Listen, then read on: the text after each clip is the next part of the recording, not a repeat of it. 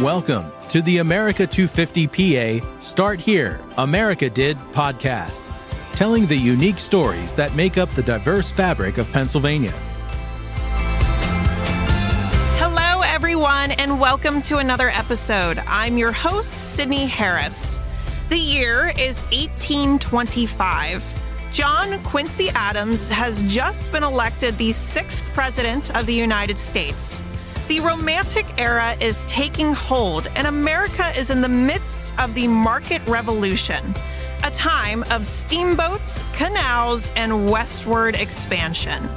Amid this backdrop of rapid change and growing national identity, one beloved figure returned to American soil to remind the young republic of its revolutionary roots, the Marquis de Lafayette.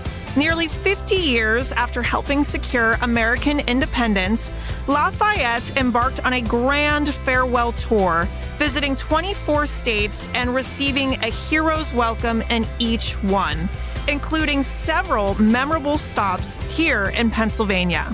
2025 marks the 200th anniversary of this historic journey, and communities across the country, including Lancaster, PA, are commemorating this occasion. Today, we're joined by Ben Weber, a local historian who helped organize the Lafayette 200 Bicentennial Candlelight Dinner and Period Ball in downtown Lancaster. Ben is here to talk with us about the history behind Lafayette's visit and what it meant to Lancaster then and now. Ben, we're so excited to have you here with us today. Thanks so much for being here. Sydney, it's my pleasure. I'm just so delighted that we happen to sit next to each other at the Lafayette Ball. Just was a delight to talk with you and to be able to share reflections on living in Lancaster, the history of Lancaster, and in particular, Lafayette and his visit to Lancaster. Well, it really is. It was great to meet you, and it's really great that we were able to have you on our show because that was so, as you said, fortuitous. So let's get started. Can you introduce yourself to our listeners and share a little bit about your background and the historical organization you're involved with in Lancaster? Sure. So my full name is Benton Graves Weber. Moved here to Lancaster when I was 3, and it's been pretty much my home ever since then, for 61 years thereafter.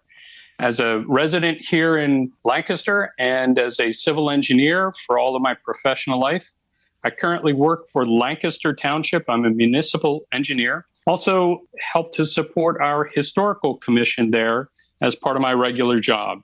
Then outside of that, I've kind of drunk the Kool-Aid on local history and really have developed a passion for it.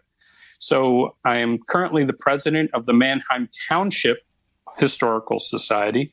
I'm a lifetime member and frequent volunteer for the Historic Preservation Trust of Lancaster County. Been involved with Mennonite Life, with Lancaster history, with grave concern. And then most recently, and in particular for today, I got involved in the bicentennial reenactment of Lafayette's visit to Lancaster. There's a planning committee that's been working for about 4 years on the events, and I got involved about 2.5 years ago, primarily with promotion, a little bit of help with some planning on some of the events, and it was all hands on deck. Just been a delight to have all those things come together and to turn out so well. It just was such an incredible thing. Not just the ball, but all of the events were sold out. People showed up and just really got engaged. It was terrific. It was terrific. I got to experience firsthand how fun it was and how passionate people were about local history. And actually, we say local history, but this is really national history because this was the bicentennial of Lafayette in the United States and his support for the Revolutionary War. So it was and it was quite impressive. There was a nationwide organization called the American Friends of Lafayette.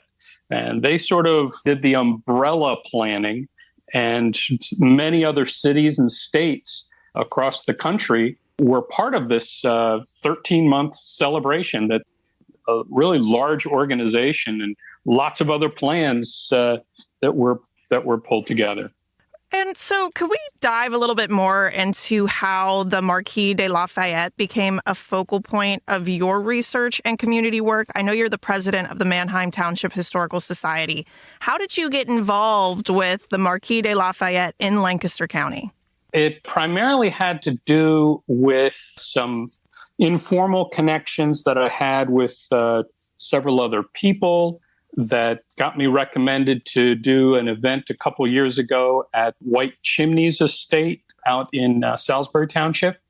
And that's where I met Kathleen Hood.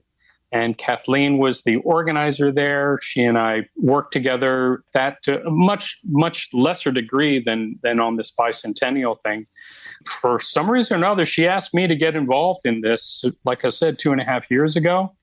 So it really has nothing to do with Mannheim Township Historical Society. It just was some chance meetings and connections that I made that got me involved in this.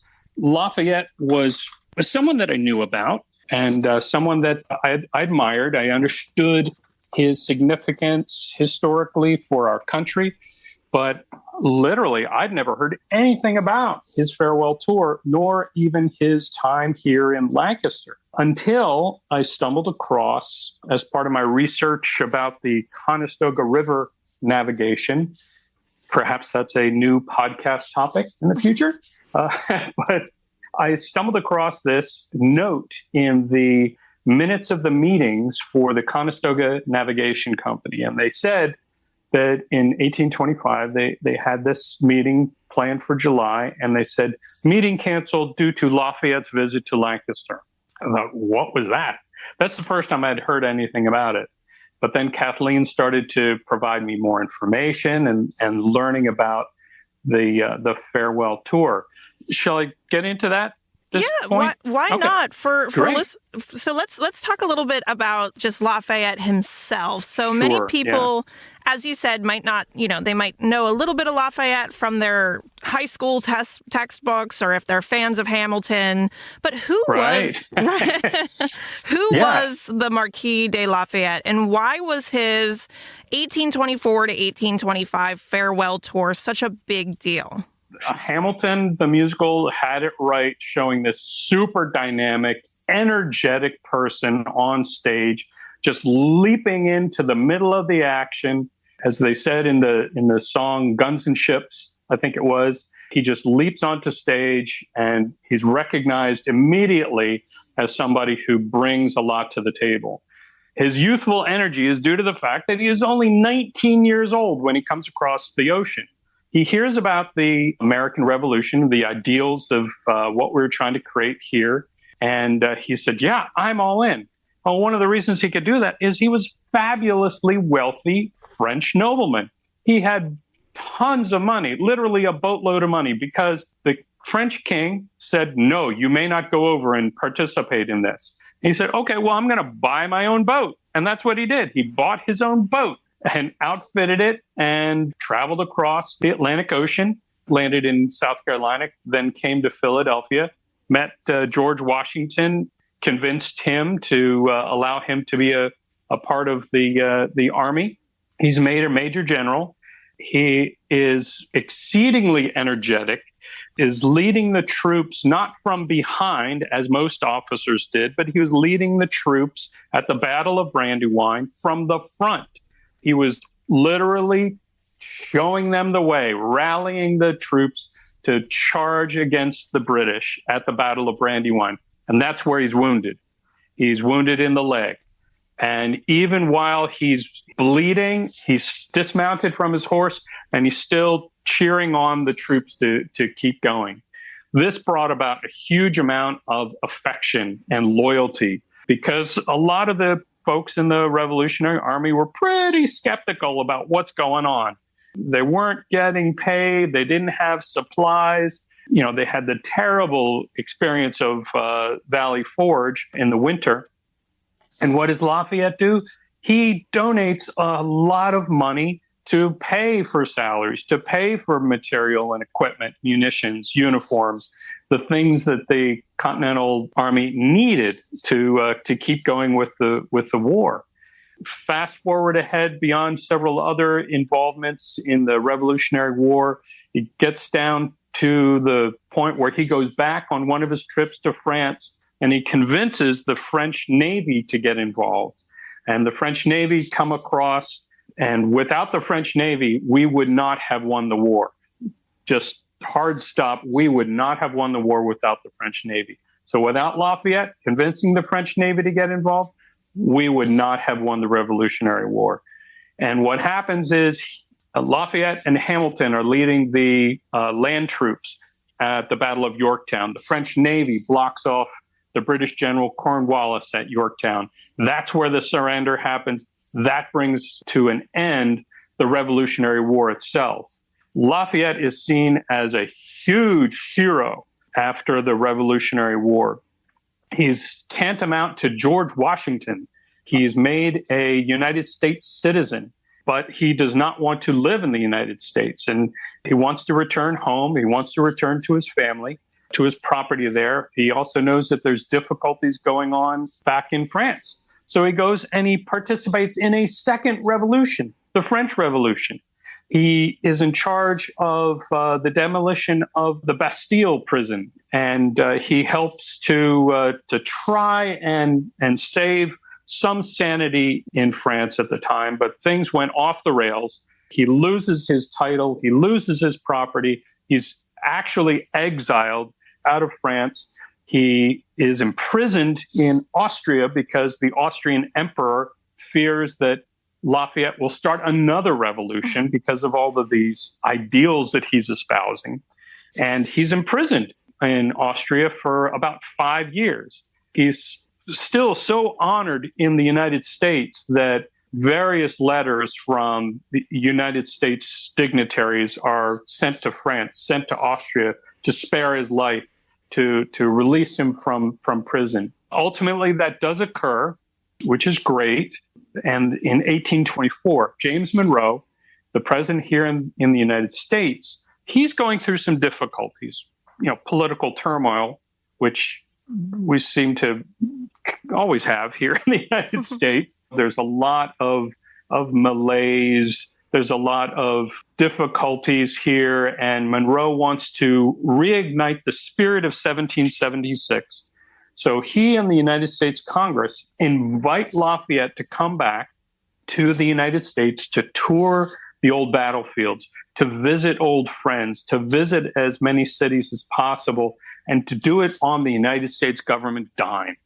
So they send a ship over there. They bring him to the United States for a 3-month tour. He visits 24 of the then United States, travels 6,000 miles over a 13-month period.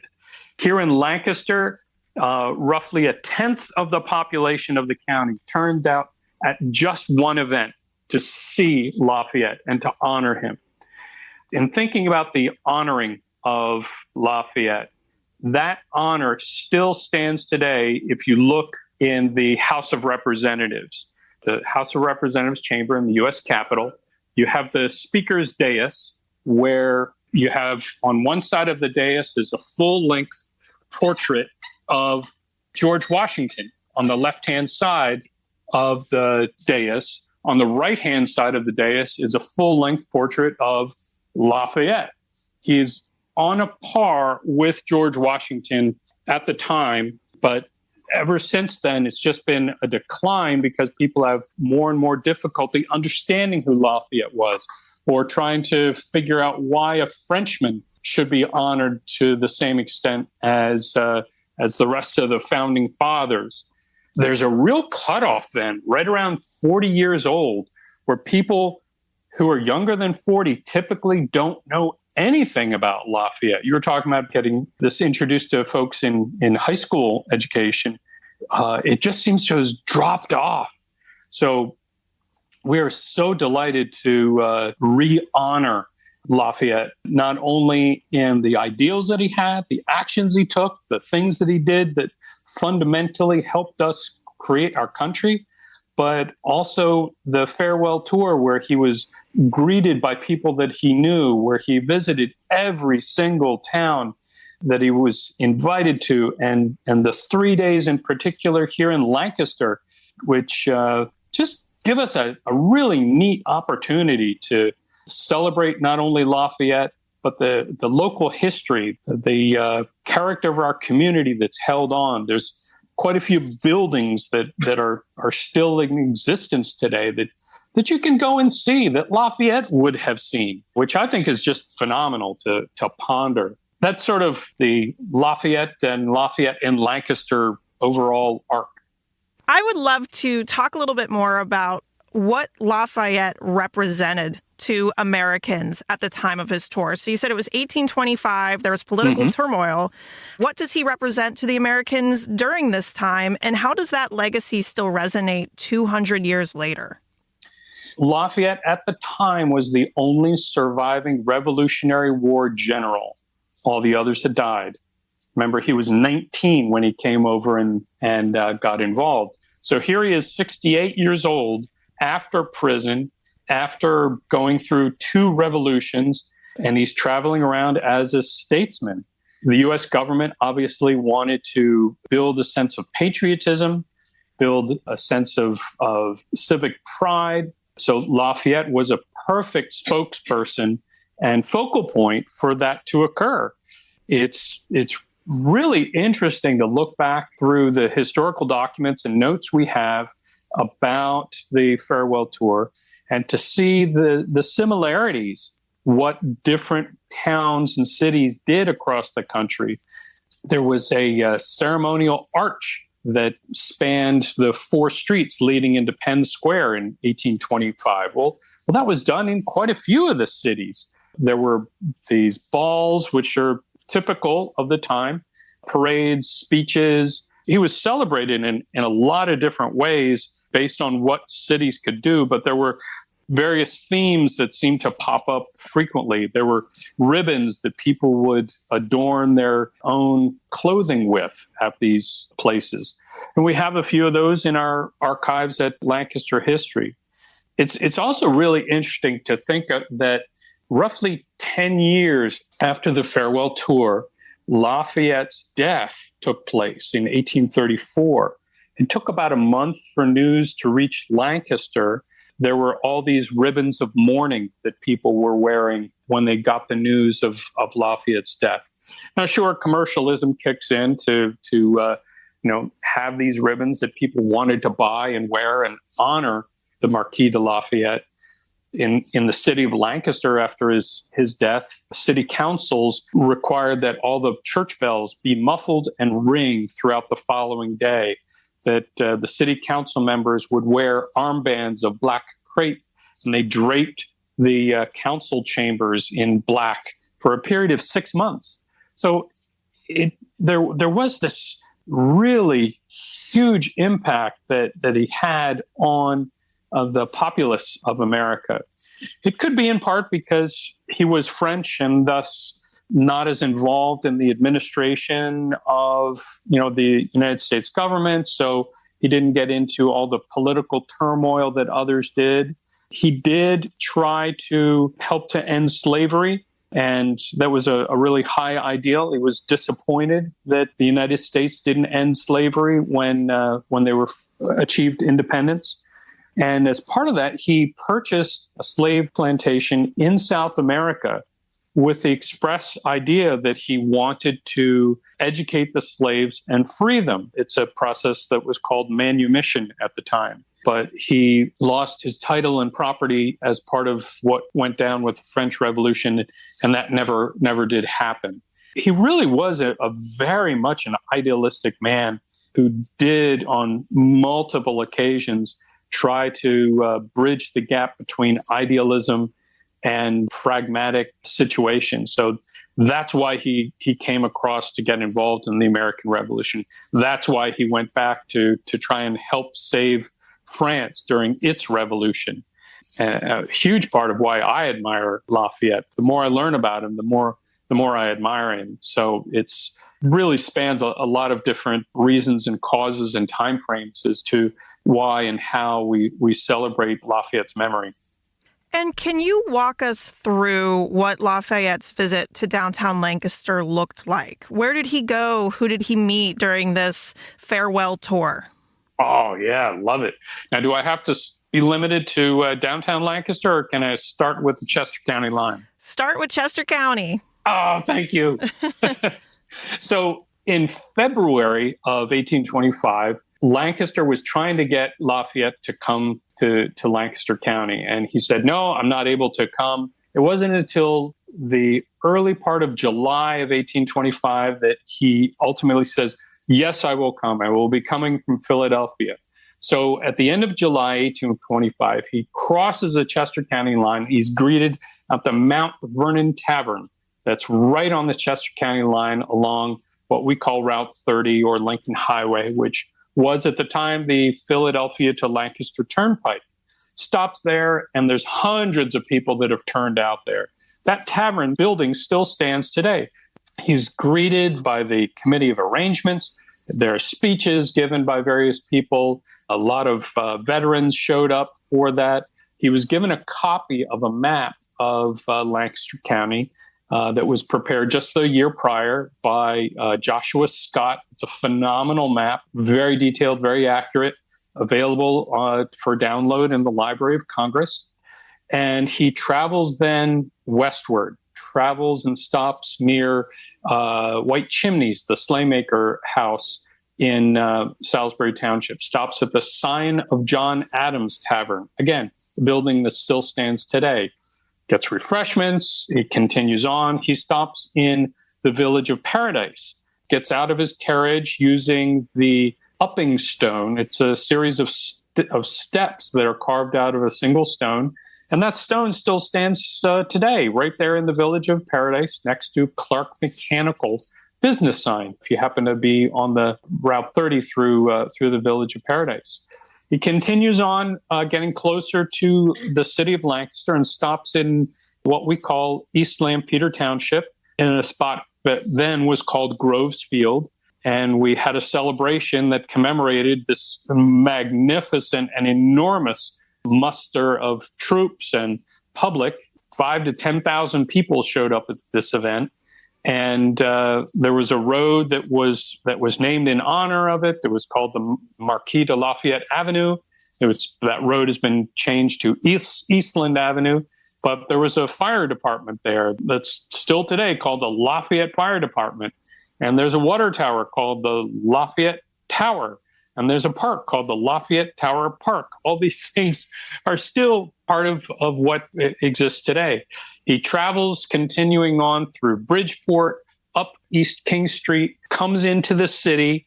Now, the city had mapped out the parade route that was going to occur. They had an ordinance that compelled all property owners to clear the streets in front of their houses, to remove any debris or trash or animals or carts, make the way clear for Lafayette.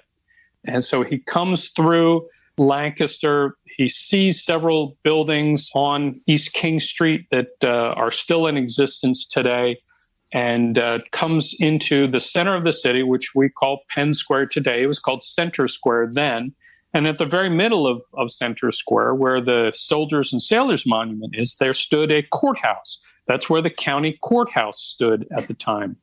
In order to get into the Center Square, he passed through one of these enormous ceremonial arches that had flowers and paintings and was illuminated by lanterns.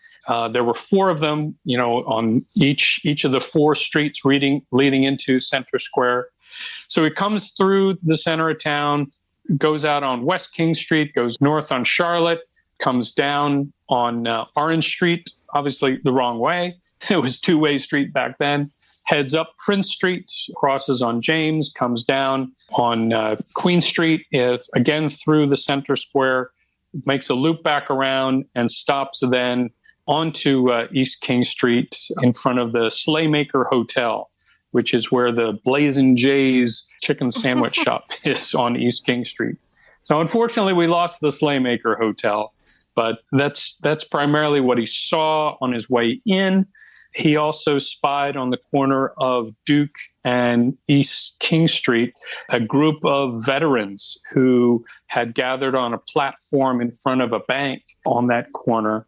And that's where we had the candlelight dinner and ball where you and I met. It was on that very corner that there was a group of 50 veterans who stood at attention, saluting the general as he came through, and he recognized several of them. It just must have been a marvelous, marvelous thing to experience. The next day, he goes to the Lancasterian School, which was a private school at the time, on the corner of Chestnut and Market Street, where the post office building is today. And he met with a group of students and teachers and public officials. He met with several clergymen.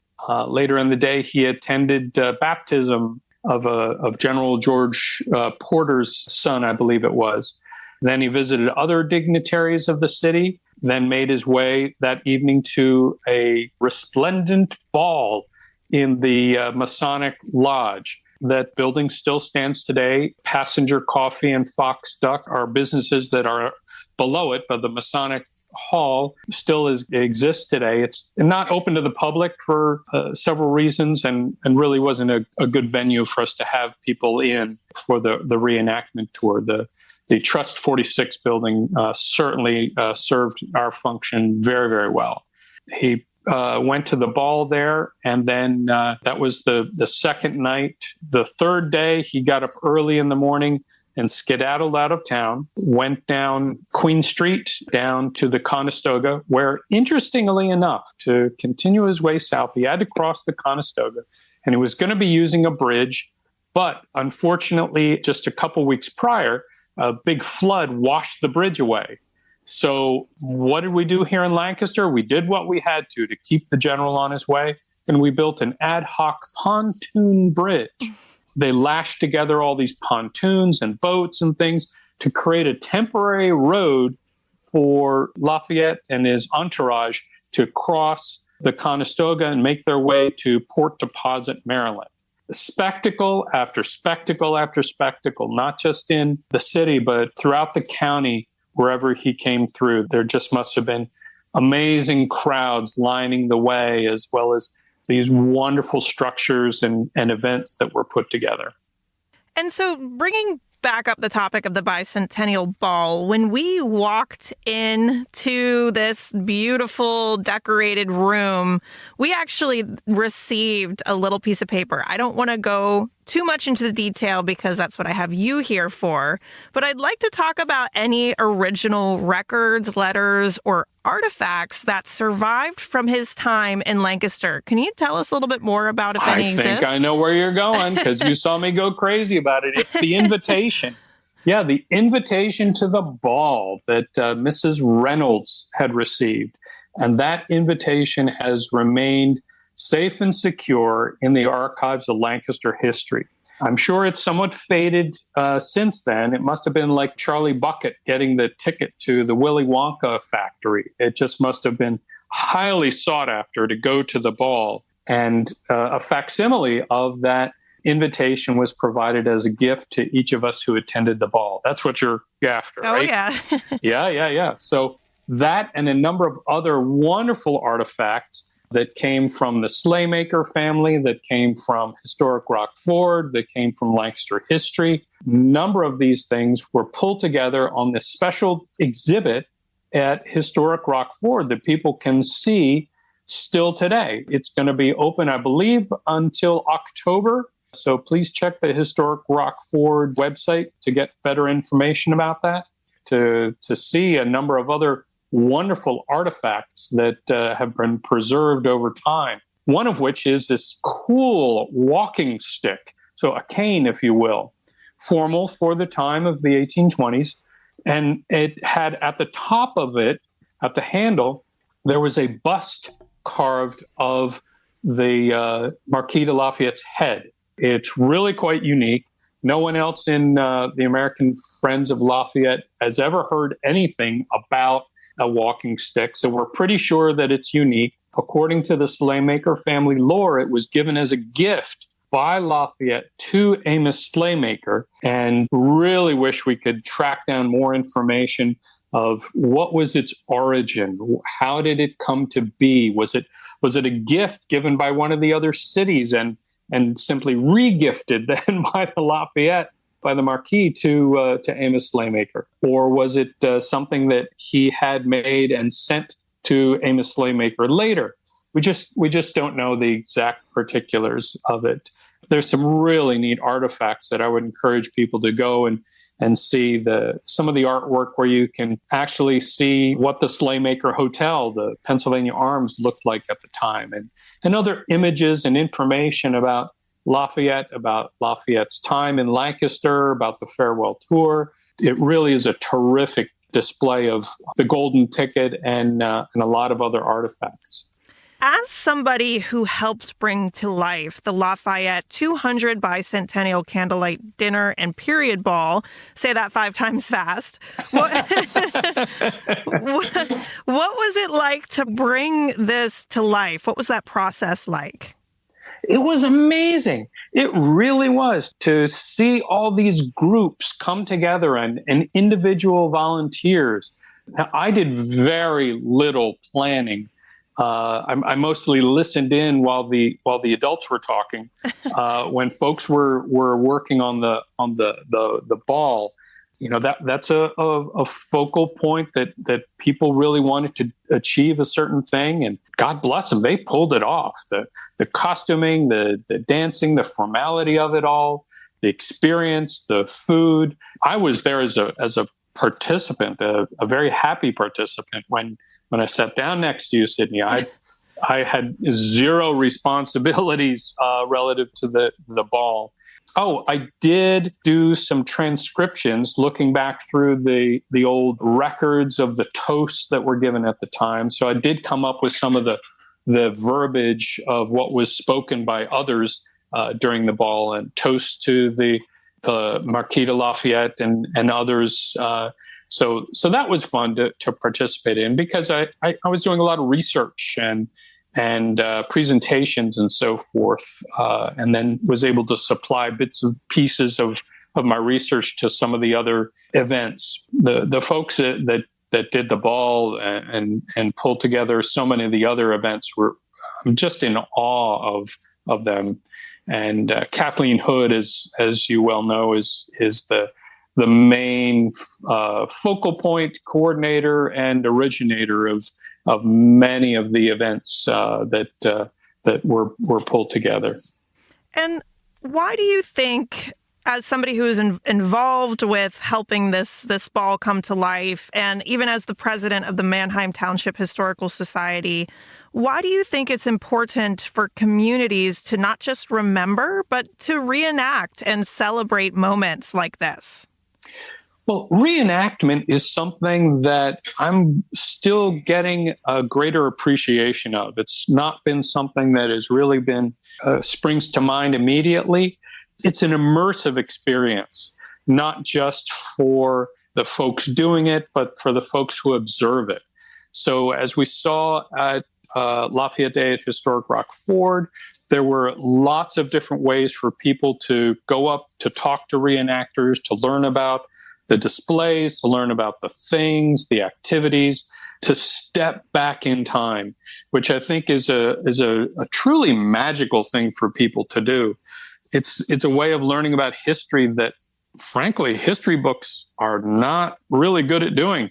History teachers too. It's difficult to get people emotionally engaged with history and to have it impact their sense of who they are as citizens. But I think that that's truly something that is helpful to us in our community to understand, how did these institutions we have, these places that we live in, how did they come to be? Not just from an academic standpoint, but also from a practical standpoint of, what do we want to do here? What do we want to achieve to make our society and our community better? Whether we are on different sides of an issue, understanding how we got here helps us make our society and our community better. It helps us to be better citizens. It helps us to think about what the options are of what we can do differently. I think it gives us a lot of hope, too.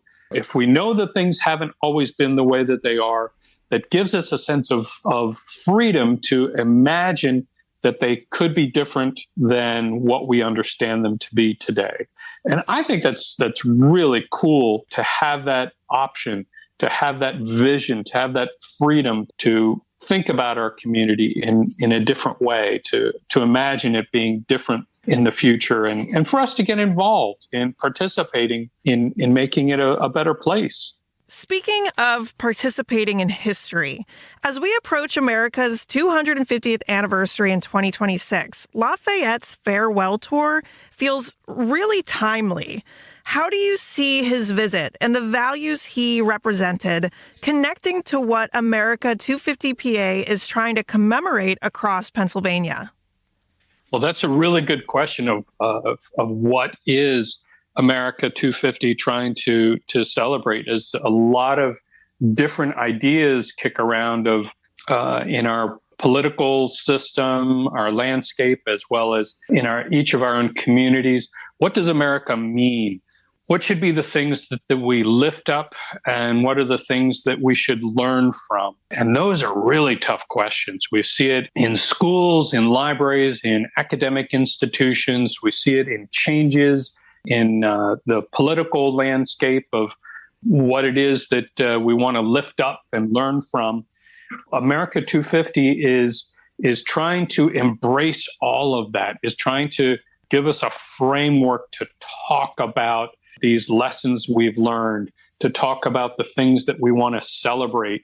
Lafayette gives us a really nice focal point, lens, if you will, or a model by which we can learn from the humanity of a person, the idealism of a person, and then extrapolate that to the humanity of a community and the ideals of a community, the model of what it is we're trying to become, and enter into that discussion to help us all be better citizens. Because if we learn from each other's viewpoints and we try to find commonality, then that helps us, all of us, be better citizens and helps to drive the laws that we want to make, the programs we want to put forth, the institutions that we want to sustain and improve. So I'm excited about America 250. It just opens up a lot of great discussions. And I hope it's not just a birthday party on July the 4th and we're done, but that we try to understand better the founding of our country and the history of the last 250 years, the different struggles that we've gone through, so that we can better understand where we are today and what are the things that we need to come together on in the future, so that we can plot things out for our own heritage, our own legacy. Because, like I'm an Eagle Scout, and, one of the things Boy Scouts have always striven to do is to leave someplace better than the way that you found it. So that's what I'm hoping our generation can do. I'm hoping that we can band together and try to set a better course than what's been laid down for us. I really love that, leave a place better than you found it. And so I'm curious, what do you hope people, especially our younger generations that we've talked about that might not know much about Lafayette and his story, what do you hope that they take away from revisiting Lafayette's farewell tour during this bicentennial year? My hopes are that people, especially a younger generation, can get a sense of the idealism of just one person and the impact of just one person. I'm not sure that folks will be able to really grasp the difficulties that Lafayette had, participating in 2 revolutions, losing your fortune, going to prison, and then coming back and being celebrated as part of the farewell tour. That's going to be difficult to get across. but I hope that some people will, and that they'll say, you know what? If this guy 200 years ago could have had these ideals and jumped in and participated, maybe I can do something like that too. I can find my ideals and I can reach out into my community or my society and participate in a revolutionary way to bring about change that I want to see. That's what I'm hoping people can do. The disparaging remarks made about the Gen X's, Gen Zs, or whomever, I really don't care for that. For people from my generation to poo-poo the stare and to say that they're just disengaged, I think that's wrong. I think there's a lot of passionate fervor that's within the young people of our country. And I'm hoping that passionate fervor can turn into something that will be changing for our society. And Lafayette is a great example of how just one person participated, left behind their family, came across to a foreign country and just said, I'm here to help. I want to participate. Here's what I have to offer. And then did it. Got shot in the leg, got up and kept on going. The guy was just incredible.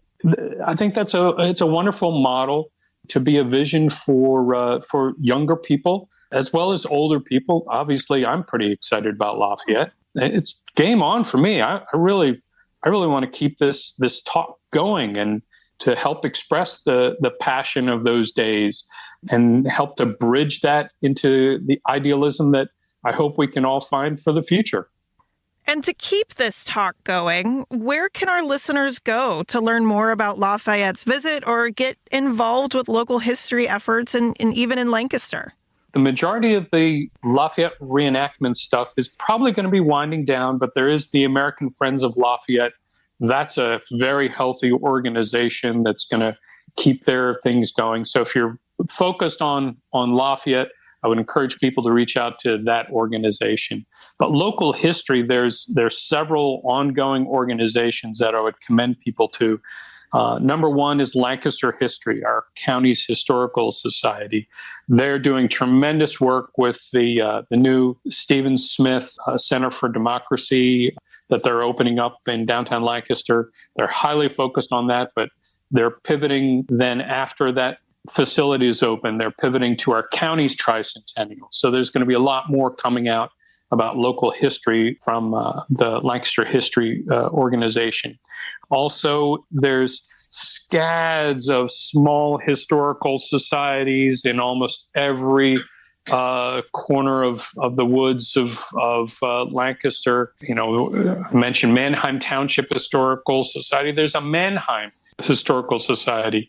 It's different because they're different places, Mannheim Township and the borough of Mannheim.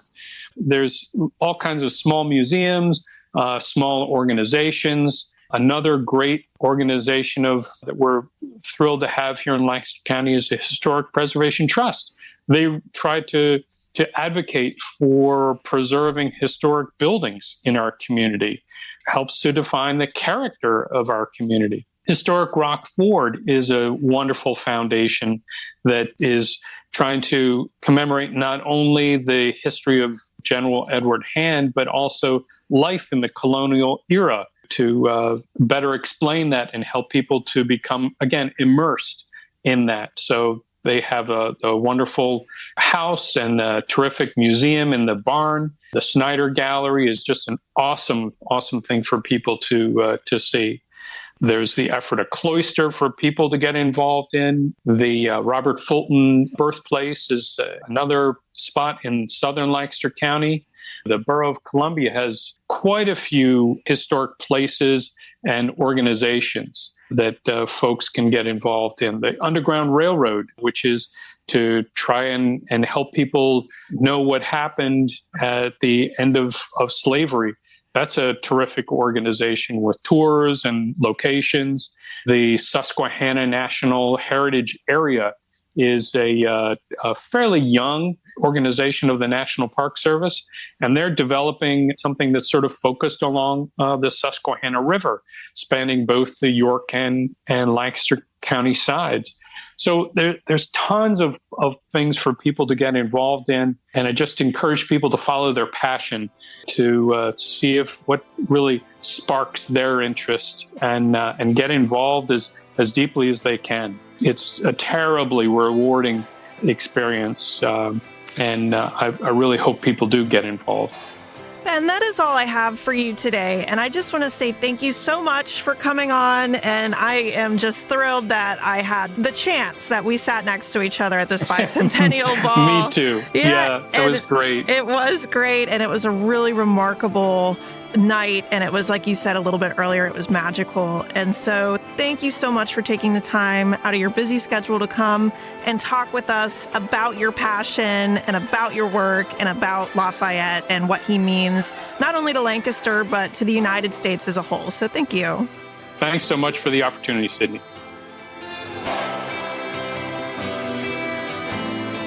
As we reflect on Lafayette's 1825 visit, we're reminded that history is never just about dates and names. It's about the people, the stories, and the moments that connect past and present, and how a single visit from a Revolutionary War hero can still echo through the streets of Lancaster 2 centuries later. Because it was that stop which echoed the very values that the United States was built on: liberty, friendship, and the enduring bonds between nations. His time in Lancaster, like so many others, brought communities together in reflection, gratitude, and hope for the future. A big thank you to Ben Weber for sharing his knowledge, his passion, and the work being done to bring this bicentennial to life. If today's episode sparked your curiosity, we encourage you to learn more about Lafayette 200 at lafayette200.org and explore how Pennsylvania continues to preserve and celebrate its revolutionary roots as we approach America's 250th anniversary. Thank you for listening. Stay curious, stay connected, and stay PA proud. Hi, everyone. I'm Cassandra Coleman, Executive Director of America 250 PA. Thank you so much for listening to today's podcast. We encourage you to learn more about America 250 PA and send us your podcast ideas at america250pa.org. This has been the America 250 PA Start Here, America Did podcast, produced by Commonwealth Media Services. Stay tuned for more epic Pennsylvania stories at america250pa.org.